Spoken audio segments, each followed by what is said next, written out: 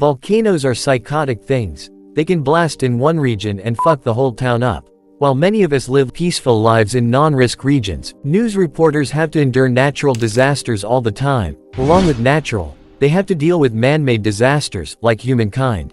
Which reminds me of another cool story, of an unnamed news reporter who got stuck during a volcanic disaster, the disaster of Mount St. Helens in Washington. A strong foreboding suddenly awakened me during the night. The impression given me was unmistakable: the mountain will erupt today. His sixth sense had unknowingly saved his life that night. He woke up and quickly put on his climbing gear. His home on Puget Sound was 150 miles away and he wanted to be there while it happened. Ever since this mountain had begun quaking and snorting steam 2 months before, geologists, seismologists and news media crews had clustered on the mountain to study and report on it. No one knew, of course, exactly what would happen, or when. The mountain had gone silent for a while, at least for the outside world. There was a bulge developing on one side and looked like the mountain could erupt any minute. Rather than running away, he wanted to find a good spot in order to document and record the occurrence. A true news reporter.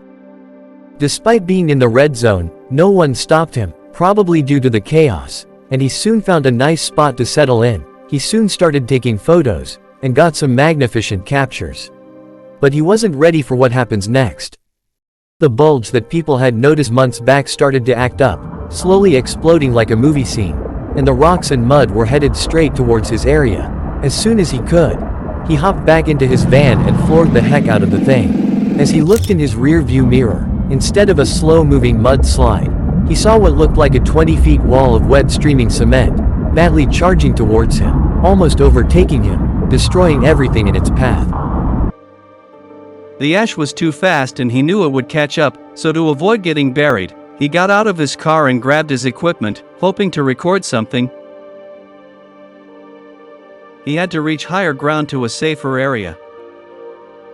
But that meant crossing the quicksand like mud, so he took the first step, and his foot thankfully found ground. As time passed, ash was getting in his eyes, and carbon dioxide was settling in his lungs, suffocating him.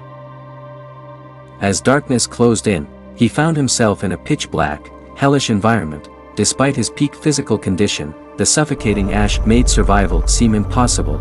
Desperation set in. He prayed for the strength to keep moving. He heard helicopters, but saw them pass by, camouflaged by the ash. Recalling a flare in his car, he found it and set it up, hoping for rescue. As he moved up the road, the helicopter crew lowered a basket. In the thick ash, he leaped into the clouds and, miraculously, grabbed the basket. The helicopter's ascent slammed the basket rim against his head, knocking him out. When he woke, he was swinging high above the ground, the cable precariously holding him. Inside the aircraft, he was treated for exhaustion and gas inhalation. In the hospital, he learned Mount St. Helens had lost 1,300 feet, and the avalanche had blocked the Columbia River. He realized how fragile life was.